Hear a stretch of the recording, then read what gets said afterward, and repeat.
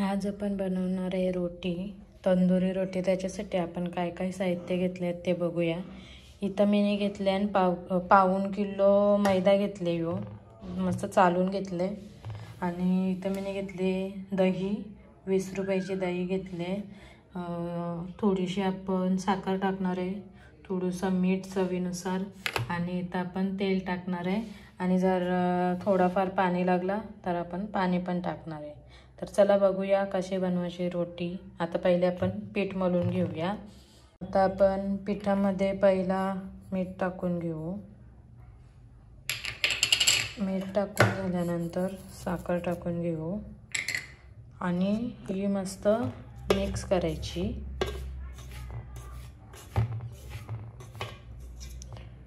आणि आता याच्यामध्ये आपण दही टाकून घेऊ।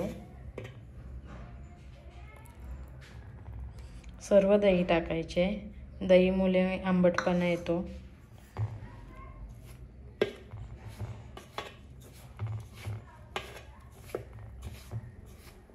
आता मी सर्व व्यवस्थित मिक्स करून घेते। हे बघा, असा एवढा मिक्स झालेला आहे। आपल्याला थोडा पाणी पण टाकायला लागणार आहे। आता ज्यात आपण दही घेतली होती त्याच्यातच मी पाणी टाकले, म्हणजे ती दही पण आपली पूर्ण निघून जाईल। आता याला मस्त मिक्स करून घेते। मळून घ्यायचं एकदम, म्हणजे नुसतं पाण्यानेच नरम नाही करायचा, पूर्ण असं मळून घ्यायचं आहे पीठ। तर आता मी हा जरा पूर्णपणे मळते आणि मग तुम्हाला दाखवते। आपला असं पीठ अजून मळून झालेलं आहे। अजून बरंच आपल्याला मळायचं आहे पीठ। तर अजून याच्यात आता पाणी लागणार आहे, तर तो मी पाणी पण टाकून घेते। एवढा मी पाणी टाकलेलं आहे याच्यात। परत मी मस्त मळून घेते। पूर्ण मळून झाल्यानंतर तुम्हाला दाखवते। तर बघा, आपला असं पीठ मळून झालेलं आहे। असा थोडा खाली सुकं पीठ राहिले, त्याच्यामुळे एकदम थोडंसं आपण पाणी टाकून घेणार आहे, जेणेकरून खालचा पण आपला पीठ आहे तो मळून होईल। तर असा बार देऊन ते पिठाला नरम करायचं आहे, म्हणजे जास्त पाण्याची गरज लागणार नाही। हे बघा, असं पूर्ण आपल्या हाताचं प्रेशर द्यायचं आहे पिठावर आणि ते पिठाला नरम करून घ्यायचं आहे। तर आता मी करते आणि मग तुम्हाला दाखवते। बघा, मस्त आपलं पीठ झालेलं आहे मळून। जसं आपल्याला पाहिजे तसं ठेवले, मस्त एकदम नरम पण नाही आणि एकदम कडक पण नाही। तर आता याच्यामध्ये मी तेल टाकणार आहे। तेल टाकून याचा मी एक गोला बनवून घेणार आहे। दोन्ही हाताने पीठ मस्त मळून घ्यायचा, म्हणजे दोन्ही हाताचा प्रेशर पूर्ण पडला पिठावर का मस्त मळून पण होते। तर चला आता मी हा पीठ पूर्णपणे मळते, म्हणजे याचा गोला करते आणि मग तुम्हाला दाखवते। पूर्ण असं प्रेशर देऊन हा पीठ मळून घ्यायचा आहे। तर चला पुढे दाखवते तुम्हाला। बघा, आता आपण असं पिठाचा गोला बनवून घेतले। बघा, जास्त एकदम नरम पण नाही, एकदम कडक पण नाही। आणि बघू शकता इथं साखरेचे दाणे आहेत, ते नंतरला विरघळतील। आता आपण हा पीठ 2 ते 3 तास असंच ठेवणार आहे फुगायसाठी। तर याच्यावरती मी अजून थोडासा नॉर्मल तेल टाकते,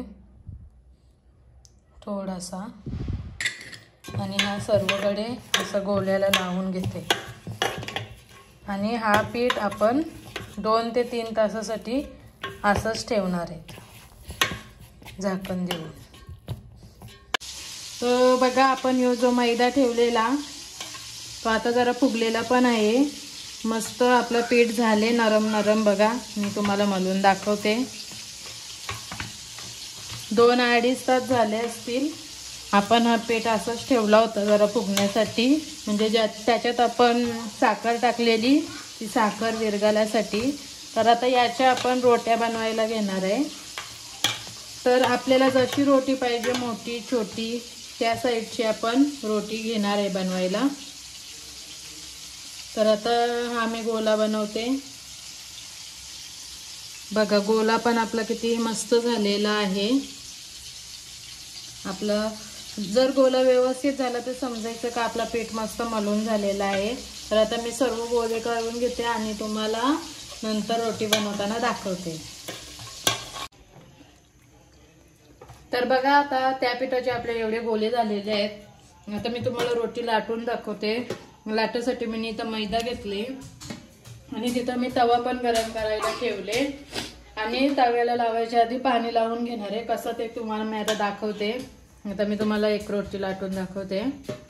पहिला आपण पीठ लावून घेऊ आणि मी लाटून घेऊ, जशी पाहिजे तशी, पातळ पाहिजे तर पातळ, जाड पाहिजे तर जाड।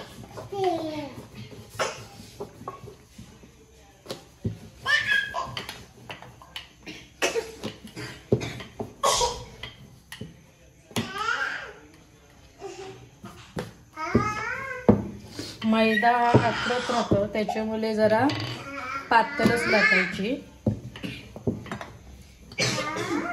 म्हणजे आपलं पाणी वगैरे लावून होईपर्यंत ती बरोबर आखडते, जेवढी आपल्याला पाहिजे तेवढी। बघू शकता आता मी लाटून घेतले, जास्त पातळ पण नाही केली आणि जास्त जाड पण नाही केली। आता मी याला पाणी लावणार आहे एका साईडला। आता इथे तवा झालाय आपला गरम। आता मी याला पाणी लावून घेते। बघा असं पाणी लावायचा एका साईडला। आपलं पाणी लावून झालेलं आहे बघा। आता मी टाकते तव्यावर आणि याला शिजवून घेते।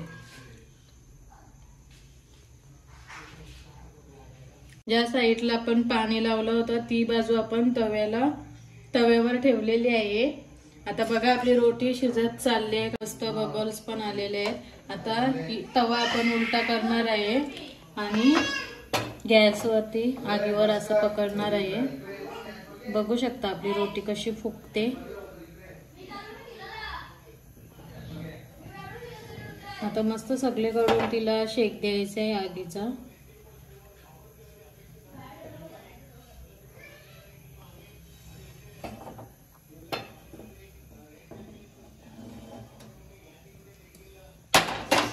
तर बघा आपली इकडून सर्वकडून रोटी फुगलेली आहे आणि इझिली आपली रोटी निघते बघा।